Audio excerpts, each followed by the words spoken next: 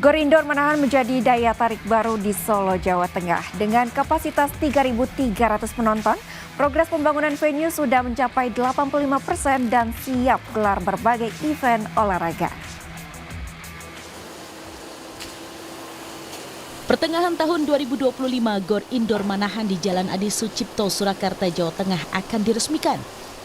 Gor dengan kapasitas 3.300 penonton siap menjadi venue olahraga berstandar internasional.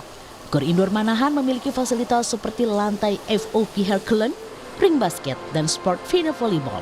Videotron menggantung dengan 4 layar LED dan scoring system. Venue ini juga menggunakan single seat, pendingin udara, serta membran sebagai penutup atap. Pujian diberikan Presiden NOC Indonesia Raja Sabta Oktohari. Gor multifungsi ini diharapkan menjadi venue berbagai event olahraga berskala nasional maupun internasional. Ini saya yakin akan banyak sekali event-event yang bisa digiring ke Solo ini. Ya, tinggal mendorong kreativitasnya. Ini Pak Wali kan anak muda gitu.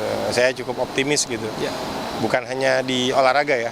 Kalau di olahraga kita yakin ini fasilitasnya udah terbentuk, tapi di kegiatan-kegiatan yang kreatif lainnya juga bisa dilaksanakan. Ini momentum kita juga sebelumnya belum pernah punya Gor Indoor di sini, dan mungkin ini se-Jawa Tengah ya kita bisa klaim yang memiliki fasilitas seperti ini. Kita ini di Solo nggak punya laut, nggak punya gunung, nggak punya tambang. Pendapatan kota itu dari wisata. Salah satunya sport tourism, yang makanya rencananya Gor Indoor Manahan akan menjadi tempat kejuaraan badminton Asia Junior Juli 2025. Rininta Niken, Kompas TV Solo, Jawa Tengah.